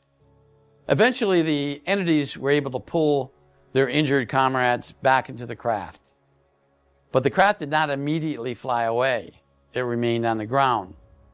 It was surmised that the entities were trying to maybe provide first aid to their injured comrades. A U.S. Air Force security police supervisor arrived on scene and ordered the guards to disable the craft in some way. Now, no one knew where this craft came from. No one knew exactly what this craft was made of. Two entities that appeared non-human. So how were they going to disable this craft? They tried a number of things by shooting an M16 rifle into the bottom portion of the craft. Now remember, the bottom portion of the craft was still open. They even tried to fire rounds into that area. Eventually, a beam of light was directed out of the side of the craft, striking one of the Army MPs. He fell to the ground. The other MPs and security policemen quickly moved away from the craft. Now we got an injured soldier. They pulled him away. When they pulled him away, and the others retreated some distance, safe distance away, the craft then flew away towards the west. Two F-106 fighter jets from the 318th Fighter Interceptor Squadron on base flew an intercept mission towards the craft that was flying away. However, this UFO, or flying saucer, was able to outfly the two F-106 jets. Eventually, the AFOSI arrived on scene and began a detailed investigation of the incident. The incident was classified top secret and remained in the OSI files unsolved. Eventually, this incident was moved into a training manual for OSI agents. Now, when the OSI agents arrived on scene, what did they do? They immediately started an investigation. They started to collect evidence. The injured military policeman was transported by ambulance to Madigan Army Hospital, which was just a short distance away. He was examined and found some burns on his left arm and left side near the lower part of his rib cage. Doctors examined these wounds but couldn't determine how they were formed. What happened? What ray gun, or as they mentioned, one of the doctors mentioned to OSI agents, or what kind of maybe laser was pointed at this particular MP that disabled him. Speaking with this MP later, he said he was disabled. His whole body felt numb and he fell to the ground. He couldn't move. But it was only short-lived. He said after a few minutes he was able to get back up again. But then he noticed that his uniform was burnt. And then he noticed that his skin was burning, both on his left arm and just under his ribcage. The military working dog that was stunned was also examined by veterinarians, military veterinarians, who found these same style burn marks on the dog in two different places. What caused that? We never found out. What happened to this craft after it left? It flew west, flew up towards Olympia National Forest in northwestern Washington. The F-106s pursued it. Now, these 106s had Falcon rockets that they could fire to disable this flying saucer. But the flying saucer outflew the F-106s. At the time, in 1972, these F-106s were advanced fighter jets. We didn't have F-16s or F-15s back in those days. These were probably one of the most advanced fighter jets, fighter interceptor jets that the Air Force had in the inventory. They were on alert 24 hours a day, 365 days a year at McChord. And two of them always carried nuclear weapons called genies. So these jets were fast, but they could never catch up to this flying saucer. Some reports say that the flying saucer landed in the ocean off Vancouver Island. This was reported to us. This was contained in the OSI reports. And some reports claimed it gained altitude and flew out into the atmosphere. What was this flying saucer? Where did it come from? And why was it interested in the TACAN facility, the Tactical Air Navigation System, or the radio repeater system for the base? Was it something they had never seen before? Or maybe they encountered the TACAN signals and wanted to know where they were originating from. Some of the scientists surmised that happened. That this signal that the TACAN was sending out, they were homing in on. And they wanted to know where this came from. Why they landed when they did, in plain sight of Air Force personnel, we just couldn't figure that out. But it was a strange incident. It happened. Fortunately, nobody was killed, but it's maintained in the annals of UFO history, maintained by the Air Force Office of Special Investigation. The Unofficial UFO Working Group. It was formed in the late 1970s.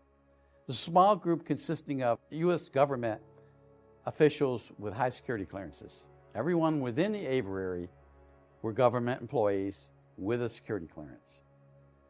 The object of this group was to coordinate data regarding UFOs, or UAPs they call them now, and ET contacts.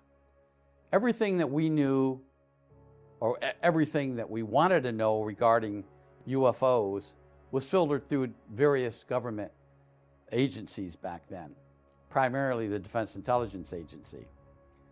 But we were an unofficial working group that was trying to put one foot ahead of the other and keep track of the information that was being collected.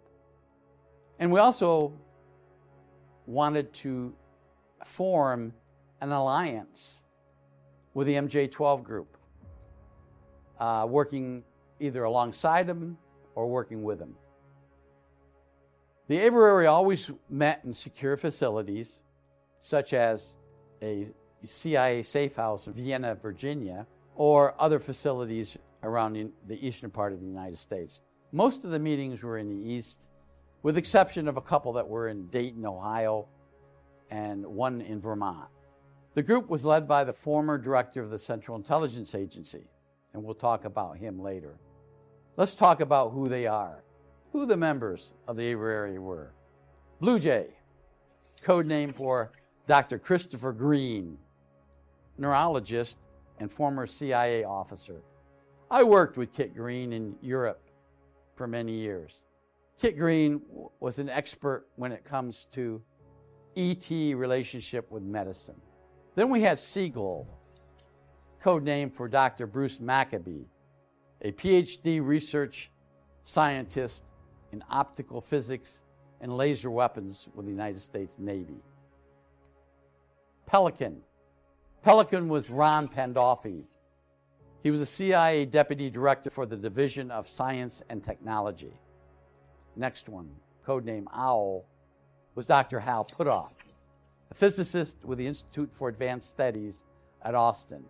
He was former U.S. Navy physicist. He was known, or best known, for being involved with remote viewing. He worked for the SDI at Stanford in the early 1970s and developed techniques along with other experts in remote viewing.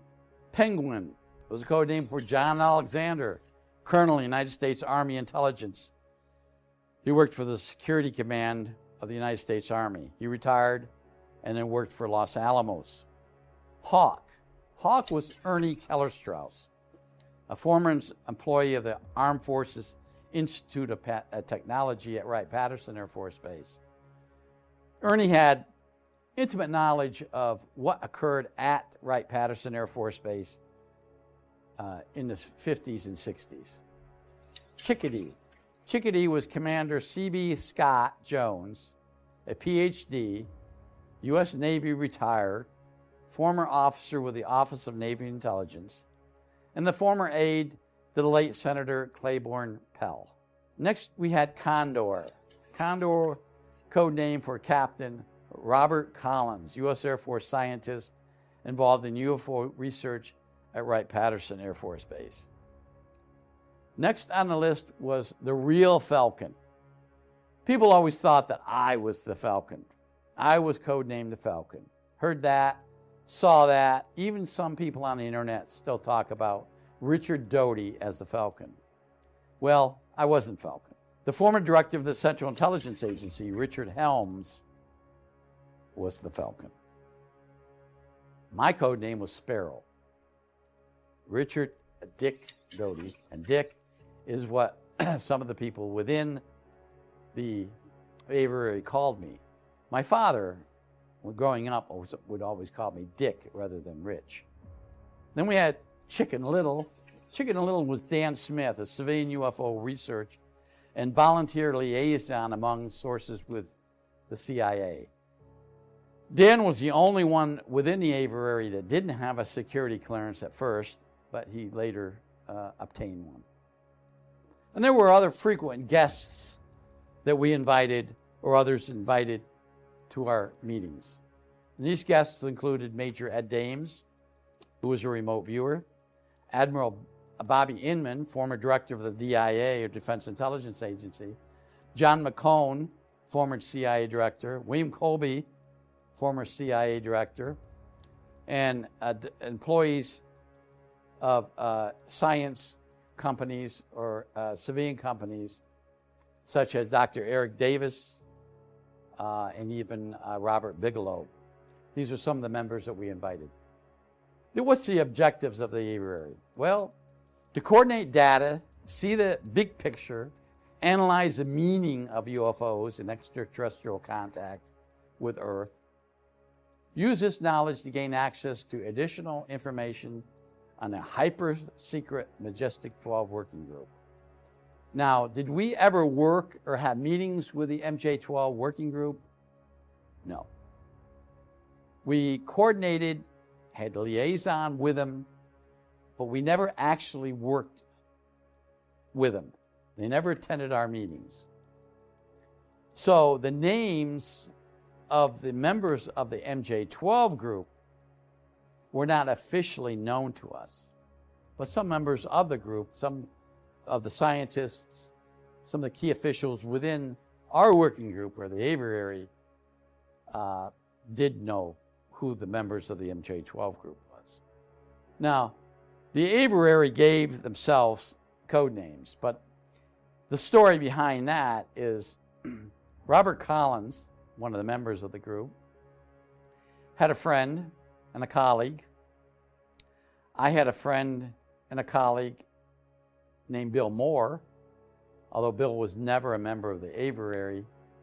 Bill Moore had a friend by the name of Jamie Shandera, and they got together one night and knew who we were and named us, given us those bird names. Why they did that, it was easier to keep track of us, and once we found out who we were as far as the bird names, we actually called ourselves those bird names when we had meetings. We developed policy and procedures for the group. We maintained absolute secrecy, and some of the people within the aviary had access to the Red Book. Now, what is the Red Book? The Red Book was a human compendium of information derived from the United States government's investigation and collection of data on extraterrestrial contacts from 1947 to present. Why 1947?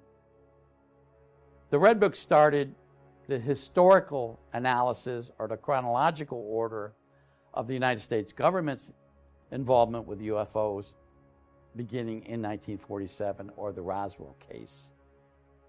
The Roswell case, as most people know, was a crash of a UFO north of Roswell, actually near Corona, New Mexico.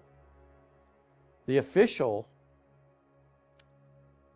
investigation by the United States government involved finding two crash sites initially in 1947, one near Corona, which contained the actual craft, the oval-shaped craft.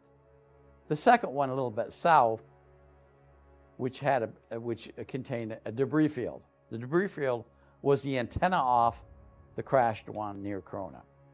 And then in 1949, we found another crash site west of Socorro, New Mexico, in the plains of San Agustin. And that would have been the second craft that crashed in New Mexico. From 1947 to present time, the collection of data was contained in the Red Book. And it was more or less a briefing book for key officials, especially the President of the United States. The Red Book is maintained and strictly controlled by MJ-12. Each aviary had a CIA C card, which gave them access to above top secret information, special access programs dealing with ET contacts, although no aviary member had authorization to conduct field operations except me. I was given the authority because I was an intelligence officer. I was given the authority to investigate things that the aviary needed investigated. And so I was the only one within the aviary that had investigative powers. Does an aviary exist today? Yes, it does. But in a completely different format. It's not connected to the government today or to any intelligence agencies. The aviary today conducts operations to prepare for universal disclosure. All members of current aviary, which calls themselves the Advanced Working Group, which I'm involved, are more open to the public and still coordinate activities with agencies, intelligence agencies, on the outside. Meaning, we don't go to the CIA headquarters or DIA headquarters at Bowling or NSA at Fort Meade or to OSI at Quantico. We are on the outside looking in. We have the ability to coordinate certain things with operatives within the intelligence community. Now let's talk about disclosure. The hype right now is that at some point, maybe in the near future, we will have disclosure. There's two groups out there that I know of. One group led by Lou Elizondo. He's not an aviary member, never had been. He has a group that's trying to push disclosure. My group, which we call the Advanced Working Group, contains intelligence officers, some that are still within the government, and most are outside the government, and some that had been an aviary member before. Our objective is disclosure. We want disclosure just like everyone else wants disclosure. We want the truth about the United States government's involvement with UFOs, or UAPs as it's called now, or ET contacts made public. Now, is that feasible? Well, I think it is feasible in a way.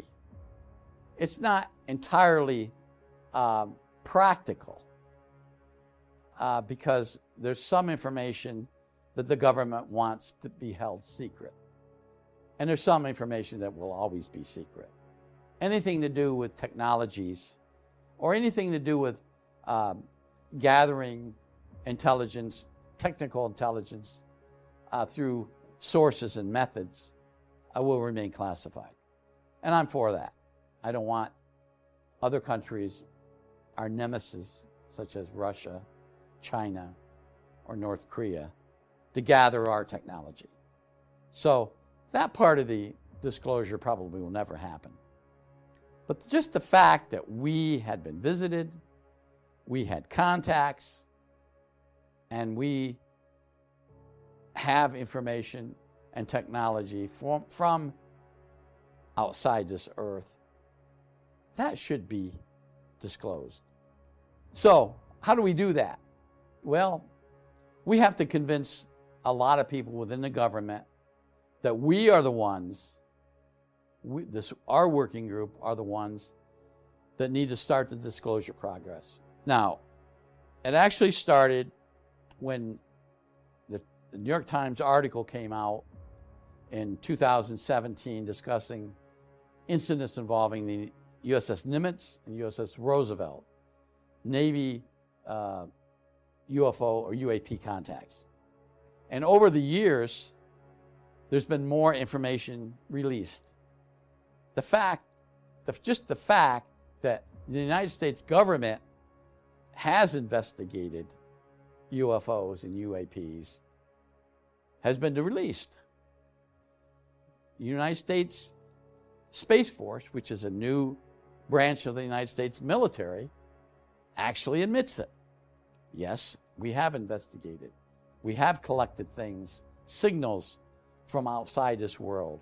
We actually have photographed objects from outside this world. So our working group, or our former aviary, we're trying to coordinate with U.S. Space Force, with the Department of Defense Inspector General's office, a way to do this. Now, is it going to be easy? Probably not. So far, We've ran across a lot of no's, meaning we ask for something, or we ask for some little disclosure project or a program. We'd write a plan for a program, a project, we present it, and they turn us down. Our backs are up against a wall. We've run in a lot of fences. We have to get over those fences. We have managed to get over a few of the fences. But for the most part, disclosure is going to be short and quick responses until the government opens up everything. And we're trying to do that. And we're trying to get the government to open up on these projects that won't be classified or not classified anymore. I had a conversation with the Department of Defense Inspector General's office, a telephone conversation. I learned a lot from them. They learned a lot from me. In fact, during one particular telephone conversation, they talked to me about an incident that happened back in the 80s. When they were cryptically trying to explain this case to me, I immediately realized that was one of my cases. And I told the person on the phone, I said, "That's my case." He said, "Yeah, your name's on here." I said, "Well, then you know what it's about." He said, "No, I don't." I said, "Well, just read it." He said, "I can't, so I'll redact it."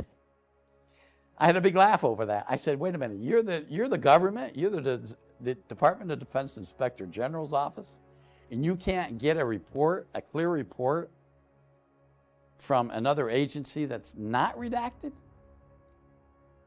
And his response was, "Yes, we're having problems getting information from other agencies." That's key right there to tell or show the American people that government agencies are not cooperating on disclosure. If you can't get, even if you have access to special programs, which this particular report would have required, I knew what the report was. Once he told me the file number, once he told me the time frame, I knew exactly what it was. And here I am on the phone, and I can't discuss classified information on the phone, and he can't receive classified information on the phone. I'm in New Mexico, he's in Washington, D.C. And so I said, well, I would have to sit down in person and explain to you this investigation. But I thought, isn't it odd that he can't get a clear report? But that clues you into what's wrong with the disclosure projects. Governments, agencies are not cooperating. The national security agencies not cooperating with the Central Intelligence Agency. The CIA is not cooperating with the DOD. DOD is not cooperating with the Army, so forth and so on and so on. And there's agencies within the government, particularly the United States Air Force, that don't want disclosure. The United States Space Command or Space Force wants disclosure, but they want to do it their way.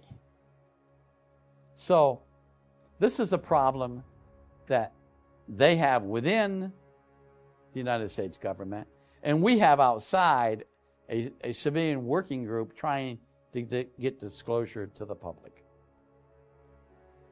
So I hope this allows the viewers to understand the complexity of disclosure, how we as a civilian working group, the Aviary and now the Advanced Working Group, are working to try to get disclosure to the public. In January 1947, 2 extraterrestrial spacecrafts crashed over the New Mexican desert. One of the crafts landed near Corona, New Mexico. One live ET was found in that craft. He was taken to Los Alamos laboratories and remained in U.S. intelligence care until he died in 1952. Iba was slightly hurt from the crash. However, Iba quickly recovered.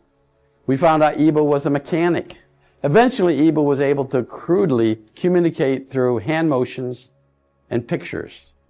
Iba was placed in isolation. U.S. military personnel didn't know if Iba was radioactive or could spread some type of germs to humans. U.S. doctors also were afraid that the humans could contaminate EBA with germs. Now, here we are in the late 40s, after World War II, our spacecraft crashed. We recovered the crash. Not only did we recover EBA, the one live ET in this crash, we recovered 5 of his comrades who were dead. Now, in 1949, a rancher moving his cattle from a lower grazing area to a higher grazing area in western New Mexico near Paloma Peak found another spacecraft, identical to the one that crashed near Corona. This is 2 years later, a very remote area of New Mexico. So this civilization that we found a craft of and the creatures of, unfortunately all the ones that passed away, their bodies were decayed. EBA worked with military linguists in an effort to communicate.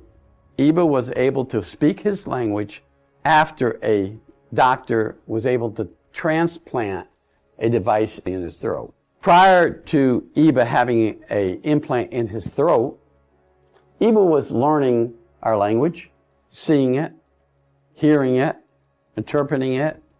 He was also learning simple math, simple English, and even some science through pictures, showing him a picture of something and then relating the word that goes along with that picture.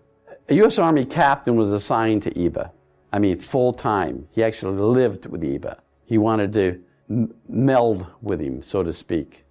This captain was a master linguist speaking a number of different languages. Through this interaction with the captain, EBA was able to relate information about himself, his home planet, and his spacecraft.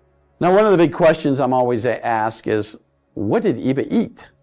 Well, EBA's spacecraft contained a large quantity of food items for his consumption. Now, EBA eventually exhausted his food supply. But we were able to find out what these food items were, and through manufacturing was able to duplicate them as close as we could based on what we found on Earth. And most of what he ate was plant-based. One of the things he never did eat or couldn't eat was meat. They tried to feed him meat and he couldn't tolerate it. His stomach couldn't tolerate it. EBA was able to eat simple food items such as fruits and vegetables. But the way he ate them shocked the handler and shocked the people around him. Now, everything EBA did was being filmed back in those days on 16 millimeter movie projectors. So everything was being recorded. And so when EBA sat down to eat, he would take the item, such as a piece of fruit, and he would manipulate the item around his mouth. Now, remember, EBA didn't have teeth, anything like teeth. But he placed it in his mouth, and one of the things that few people realized, EBA had 2 different tongues, one above and one below. The below tongue was primarily used for language, the EBA language. The one above was the one with little suction devices that he would suck the juices out of the food. But ironically, he could dissolve the entire piece of the orange or whatever fruit he had. Now, they would have to cut them in small pieces. Another thing that was really odd, he couldn't rationalize on how to break it open. It would just sit there. But when they cut it and gave him the pieces, he learned this now, how to break them apart.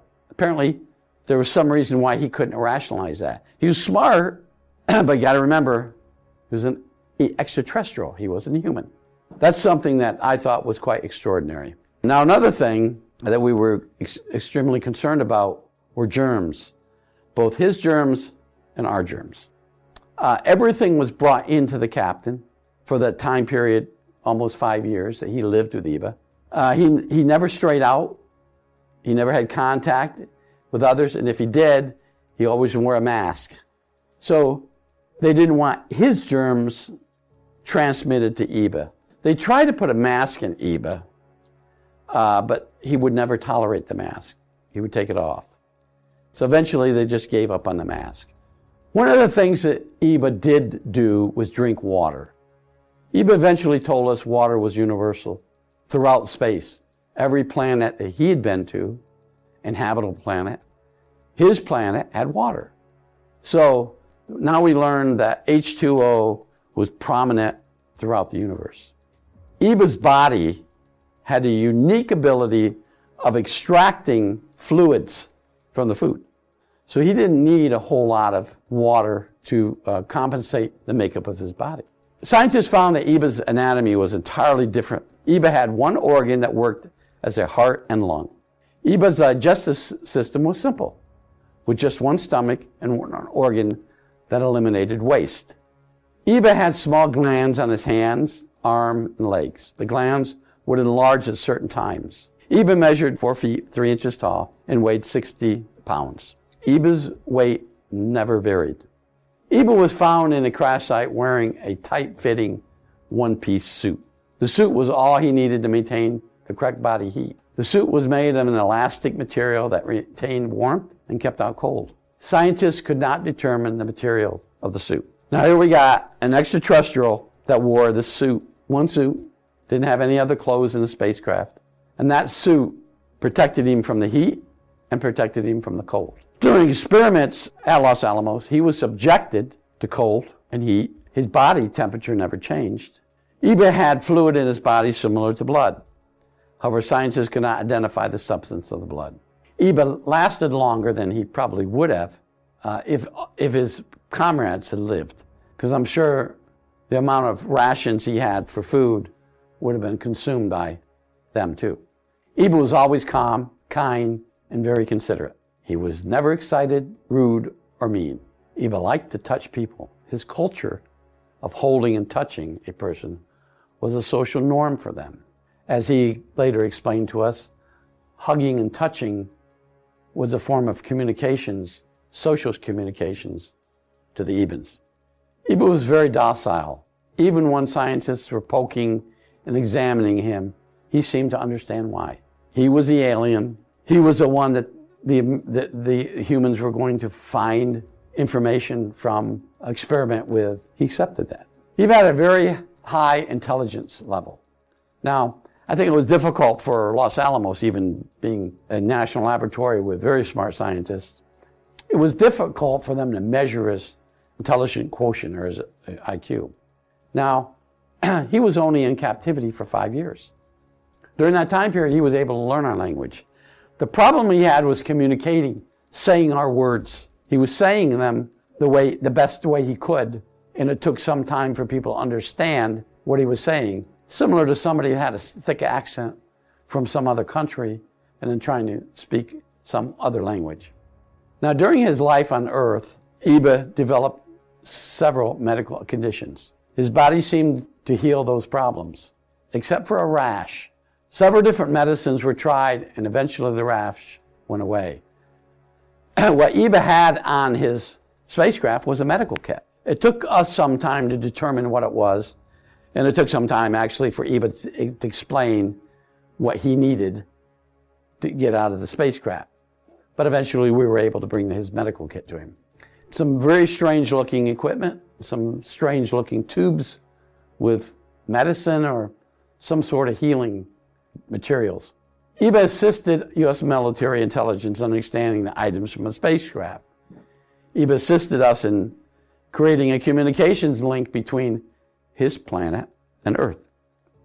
We were able to link a system using the communications device found in the Iban craft between Earth and Iban's home planet.